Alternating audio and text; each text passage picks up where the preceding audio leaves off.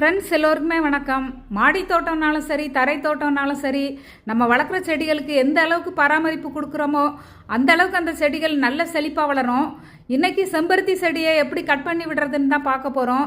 ஒரு செம்பருத்தி செடி நல்லா பூக்கணும்னா அது நல்ல ஒரு வெயில் படுற இடத்துல இருக்கணும். அதுக்கு நல்ல உரங்களும் கிடைக்கணும். தொட்டியோட அளவு ரொம்ப குட்டி சைஸாக இல்லாமல் கொஞ்சம் ஓரளவு நல்ல பெரிய சைஸில் இருக்கணும். அப்போ தான் அதுக்கு வேர் நல்லா பரவி நல்ல ஒரு வளர்ச்சியோட செழிப்போடு இருக்க முடியும். நல்ல பூக்களும் பூக்க முடியும். அதையும் தாண்டி கட் பண்ணி விட்டு எப்படி நிறைய பூக்க வைக்கிறதுன்னு பார்க்கலாம். ஒரு ஆரோக்கியமான செடியோட கிளையை கட் பண்ணி விடும்போது அதுலேருந்து நிறைய பக்க கிளைகள் பிரியுது. நிறைய பக்க கிளைகள் பிரியும் போது தான் அந்த கிளைகள்லாம் மொட்டம் பூக்களும் வருது. அப்படி தான் ஒரு செடி நிறைய பூக்க முடியும். கொடி வகை செடிகளை கூட நல்லா ட்ரிம் பண்ணி விடும்போது பக்க கிளைகள் நிறைய பூக்கும்.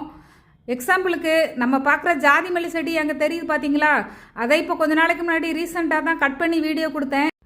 கட் பண்ணி விட்ட அப்புறம் ஜாதி மல்லி செடிக்கு நிறைய பக்க கிளைகள் செடியை பார்க்கவும் அடர்த்தியாக இருக்குது, செழிப்பாகவும் இருக்குது, நிறைய பூக்களும் பூக்குது. இந்த ஜாதி மல்லி செடி கட் பண்ணுற வீடியோவோட லிங்கை ஃபஸ்ட் கமெண்ட்டில் பின் பண்ணுறேன். ஏன்னா கொடி வகை செடிகளை கட் பண்ணுறது வேற ஒரு முறை, செம்பருத்தி மாதிரியான செடி வகை செடிகளை கட் பண்ணுறது வேற ஒரு முறை. உங்களுக்கு ரெண்டுக்கும் ஒரு வித்தியாசம் தெரியும். இப்போ பாருங்கள், இந்த மேலே எவ்வளோ துளிர்கள் வேகமாக வந்திருக்குன்னு செடியை பார்க்குறதுக்கே ஒரு அழகாகவும் இருக்குது. இப்போ செம்பருத்தி செடியை எப்படி கட் பண்ணுறதுன்னு பார்க்கலாம். நம்ம செம்பருத்தி செடி ஏற்கனவே நல்ல பூக்கள் கொடுத்துக்கிட்டு தான் இருக்குது.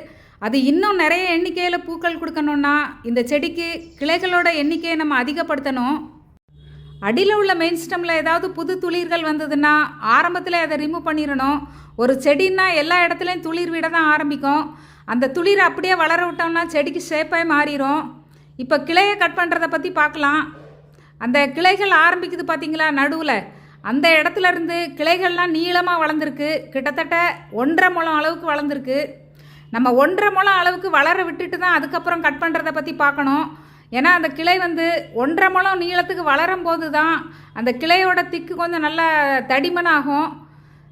ஒரு 1/2 முழம்லாம் வளர்ந்தப்புறம் நம்ம கட் பண்ணும்போது அந்த கிளை நைஸாக தான் இருக்கும். ஓரளவு நீளமாக வளர விடும்போது தான் அந்த பக்க கிளையும் தடிமனாகவும் மெயின் ஸ்டெம்மே தடிமனாகும். பாருங்கள், இவ்வளோ அளவுக்கு நீளமாக நம்ம வளர விட்டுருக்கோம். இப்போ இந்த கிளையோட நீளம் 1.5 முழம் இருக்குது. நம்ம 1/2 முழம் மட்டும் செடியில் விட்டுட்டு மீதி 1 முழத்தை கட் பண்ணி எடுத்துடலாம். எல்லா கிளைகள்லையுமே இதே மாதிரி நம்ம கட் பண்ணி எடுத்துடலாம். இதில் ஒன்று நம்ம கவனிக்க வேண்டியது என்னென்னா, ஒரு சில கிளைகள் கொஞ்சம் நீளமாகவே இருக்கும். இன்னும் சில கிளைகள் அதை விட கொஞ்சம் ஷார்ட்டாக கூட இருக்கலாம்.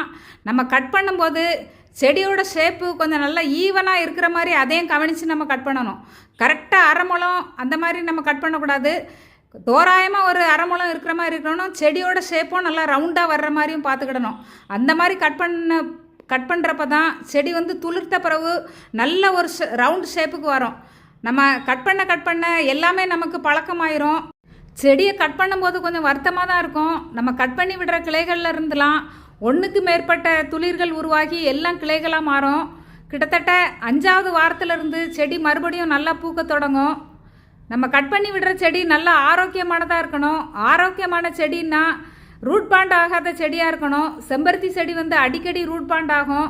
அதையும் அப்பப்போ கவனித்து தேவைப்பட்டால் ரீபாட் கூட பண்ணலாம். வேற ஒரு புது மண்கலவை தயாரித்து செம்பருத்தி செடியை மாற்றி நடவு பண்ணலாம். செம்பருத்தி செடி ஈஸியாக காயாது, நல்லாவே மறுபடியும் துளிர்த்து வரும்.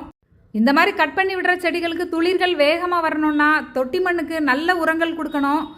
தொட்டி மண்ணில் ஏதாவது களை செடிகள் இருந்ததுன்னா எல்லாத்தையும் எடுத்துடணும். தொட்டி மண்ணையும் நல்லா கிளறி கொடுக்கணும். நல்லா புளிக்க வச்ச, அதாவது நுண்ணுயிர் பெருக்கம் ஏற்படுற மாதிரி உயிர் உரங்களை தொட்டி மண்ணுக்கு கொடுக்கணும்.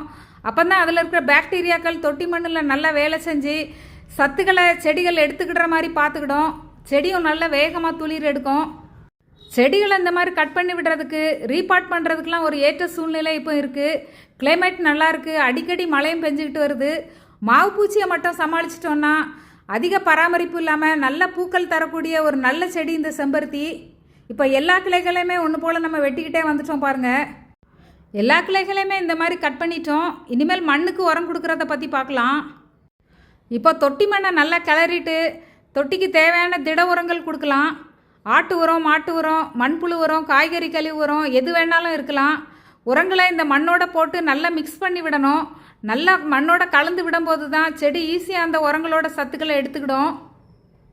மண்ணுக்கு திட உரமும் கொடுத்து ஏதாவது ஒரு லிக்விட் ஃபெர்டிலைசரும் கொடுக்கணும். நான் இன்றைக்கி காஞ்ச சருகளை தான் உரமாக கொடுக்க போகிறேன். காஞ்ச சருகள் வந்து ஒரு 3 நாளைக்குள்ளே மக்கி செடிக்கு உரமாக சேர்ந்துடும். லிக்விட் ஃபெர்டிலைசராக கத்தாழை கரைசல் கொடுக்க போகிறேன். என்கிட்ட வேறு எந்த உரங்களும் இப்போதைக்கு ஸ்டாக் இல்லாததால தான் இந்த காஞ்ச சருகளை உரமாக கொடுக்குறேன். இதை போட்டு மண்ணோட நல்லா மிக்ஸ் பண்ணி விடணும். மண்ணோட மிக்ஸ் பண்ணி விடுறப்போ சீக்கிரமே மக்கி செடிகளுக்கு சத்தாக கிடைக்கும். இப்போ இந்த மாதிரி நல்லா மிக்ஸ் பண்ணி விட்டுடலாம். கத்தாழை, புளிச்சமோர், மஞ்சள் தூள் 3யுமே கலந்து இந்த கரைசல் நம்ம தயாரிச்சிருக்கோம்.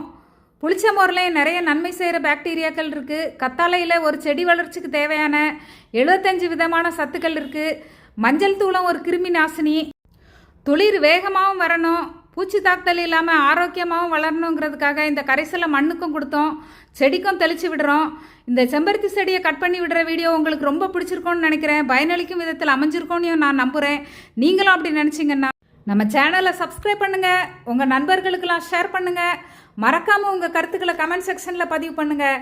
நன்றி, வணக்கம்.